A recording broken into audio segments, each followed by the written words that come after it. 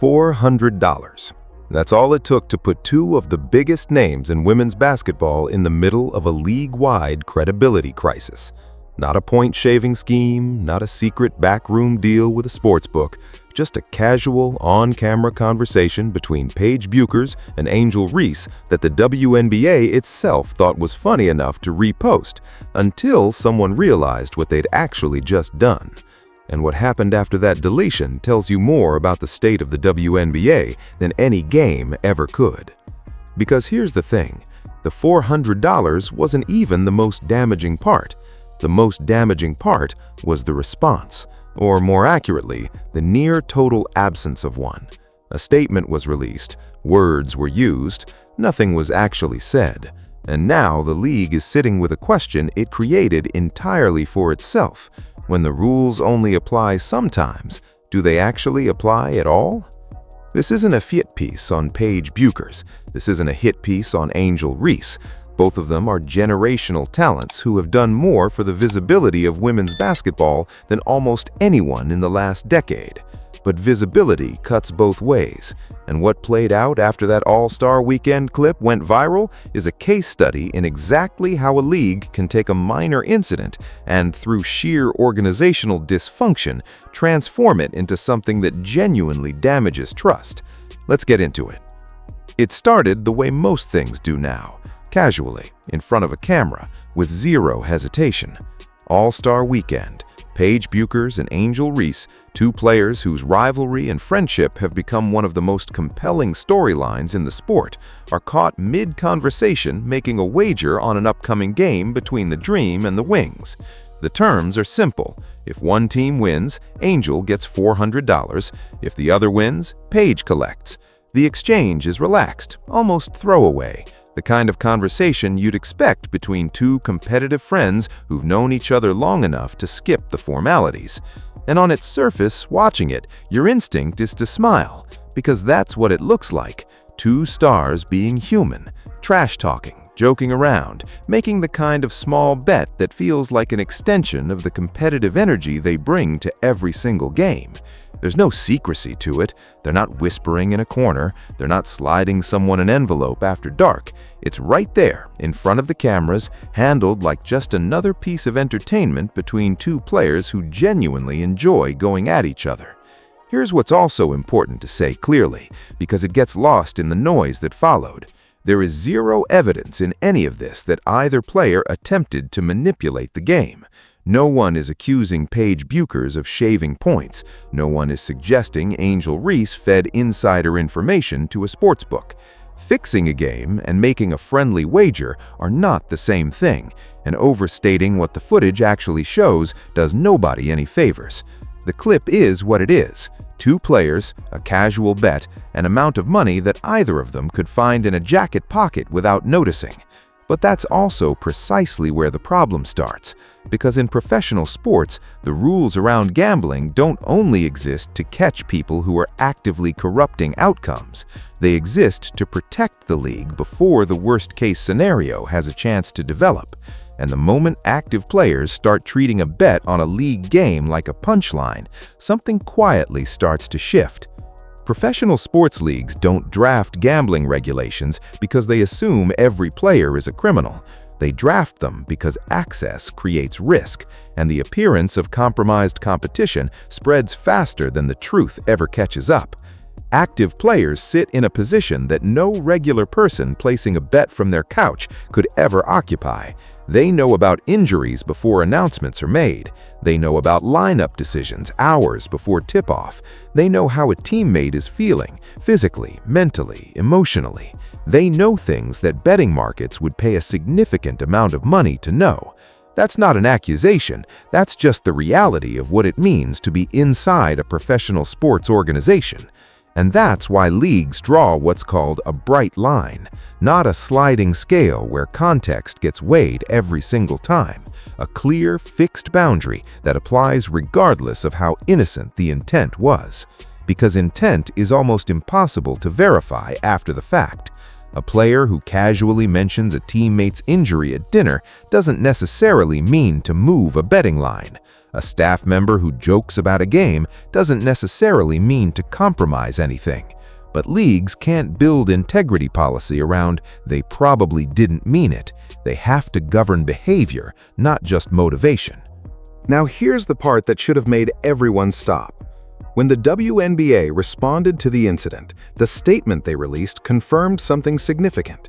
Players receive annual training specifically on this policy, every single season. Not a buried footnote in a handbook nobody reads, active, repeated, reinforced education on the league's rules around wagering on WNBA games. Which means the moment that information lands, the question completely changes. It's no longer "did they know?" They knew. The question becomes, what does it mean when players who absolutely know the rule treat it like a setup to a joke on camera? Because training exists for exactly that reason. It removes any argument about ignorance. It allows the league to say without any ambiguity that every player was informed, every player understood the boundaries, and every player knew what behavior could threaten the integrity of the competition. That's the whole point of doing it annually. And once that's established, the next question becomes unavoidable. If the education is important enough to repeat every single year, why wasn't it important enough to visibly enforce when the violation happened in public? The WNBA released a statement, and in that statement, they managed to do something genuinely impressive. They acknowledged the problem, confirmed the training, admitted the rule existed, and then did almost nothing with any of it. No fine, no formal warning placed on record, no suspension, not even a minor one. The post was described as having missed the mark. The matter was handled internally. Players would be re-emphasized on the importance of not joking publicly about wagering, and that was it. That was the response. Let's sit with that for a second. The league is essentially saying, we train our players on this every year, it's important enough that we do it annually, it happened publicly on camera, and the consequence is a conversation that nobody outside the room will ever hear. Those two things don't fit together. You cannot simultaneously argue that a policy is significant enough to train people on year after year and then treat a visible public violation of that policy as something best resolved with a quiet internal chat. The message those two positions send in combination is not "we take this seriously." The message is "we take this seriously until it involves someone people actually want to watch." And then it gets worse, because the WNBA didn't just fail to discipline the players. The league's own official account reposted the clip. Someone on the social media team saw two of the biggest stars in the sport casually joking about a bet and thought, "Great content, let's amplify it." They boosted it, they shared it to their audience, and then, presumably, once someone in a different part of the organization realized what had actually just been posted from an official WNBA account, it got quietly deleted. Which means the WNBA didn't just have a player discipline problem, they had an organizational control problem. And that distinction matters enormously. When a player makes a mistake, that's a player issue. When the league's own account takes that mistake and broadcasts it to a wider audience, that becomes something the league owns. You can't post it and then delete it and pretend your hands are clean.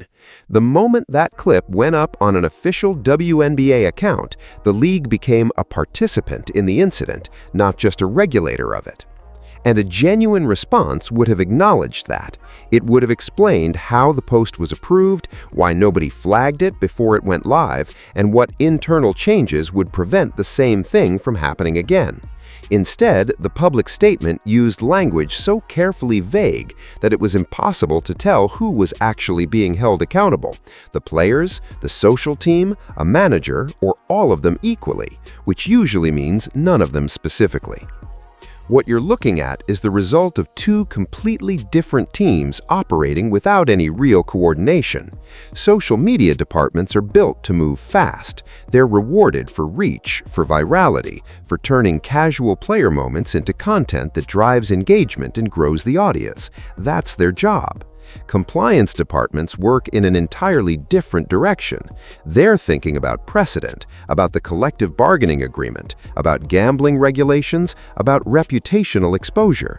Those two functions need each other, but when they operate on entirely separate tracks, you end up with exactly this: a league that promotes the behavior the one minute and scrambles to contain it the next.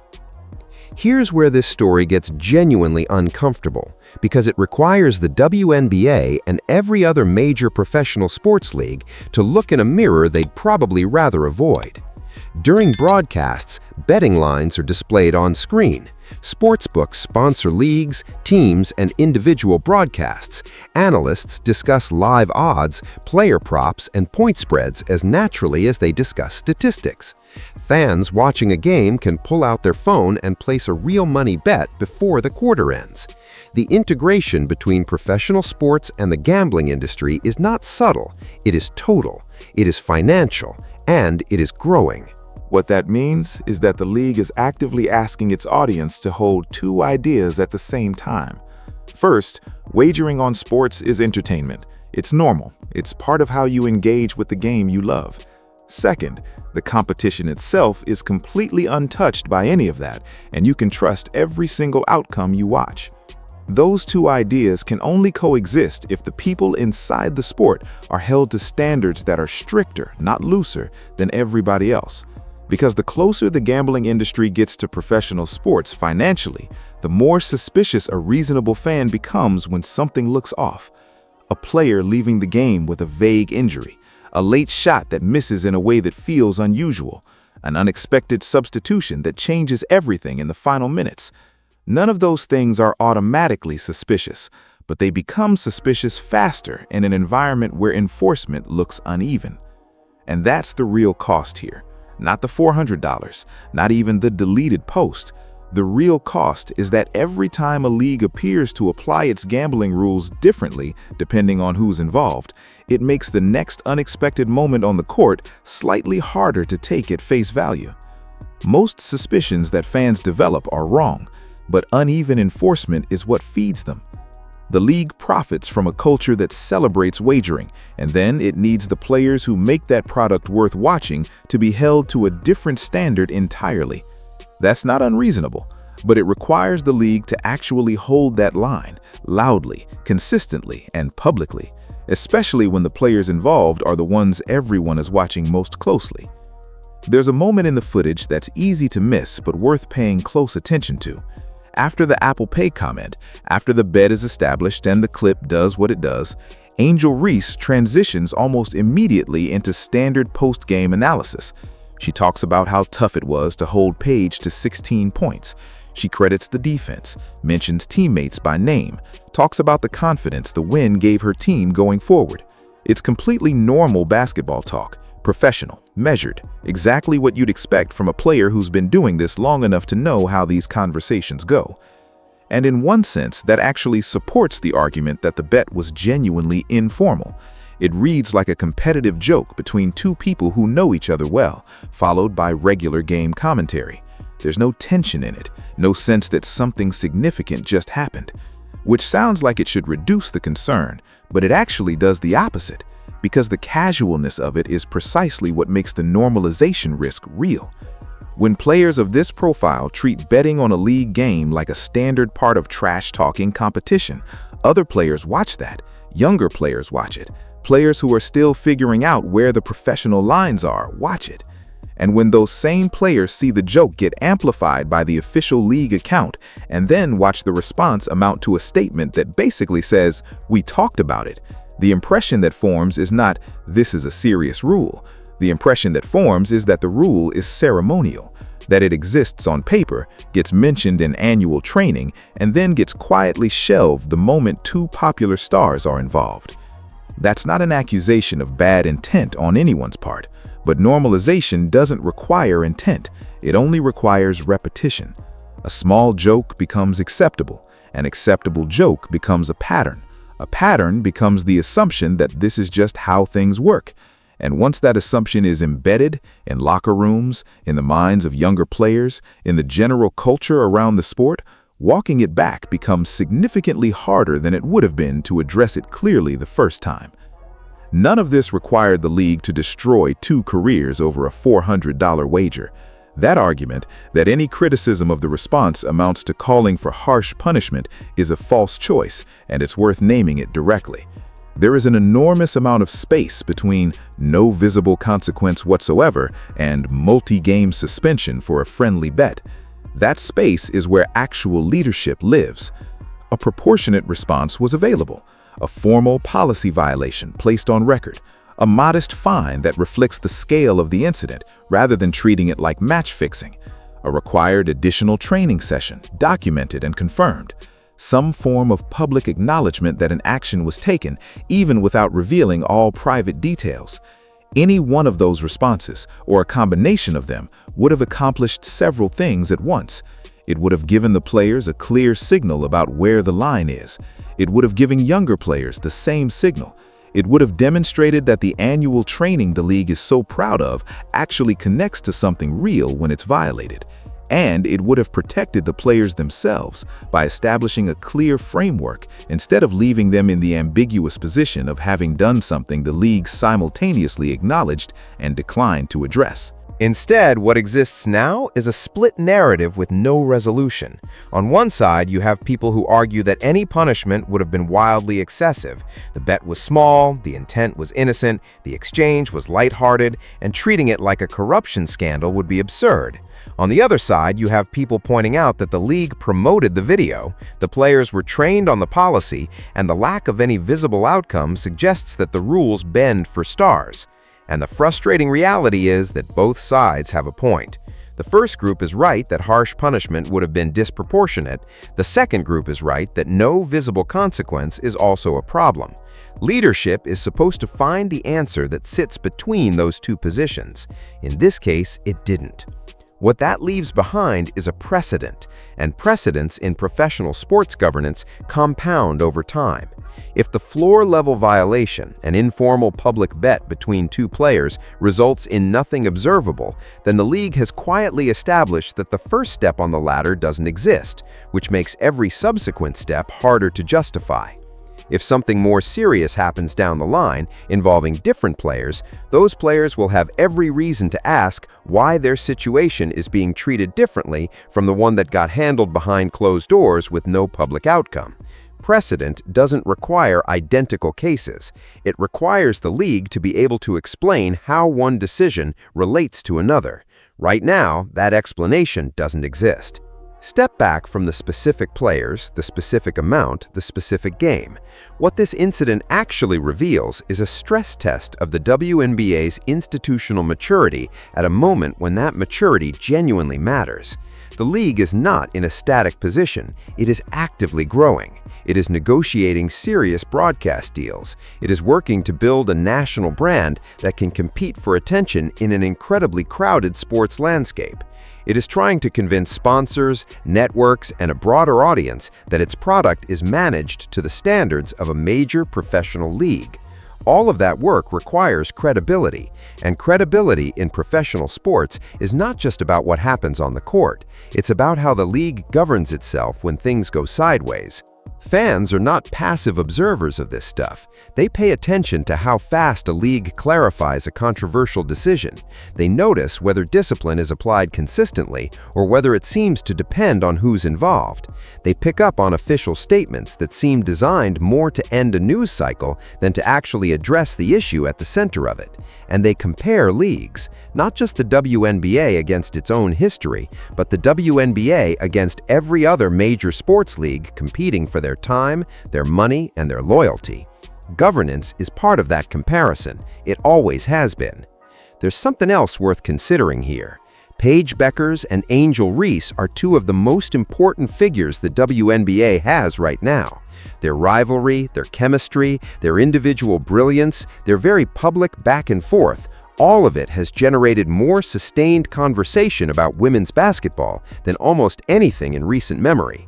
The league benefits directly from their presence. Their personalities drive content, drive viewership, drive the kind of organic cultural moment that money can't manufacture. That's real, and it matters.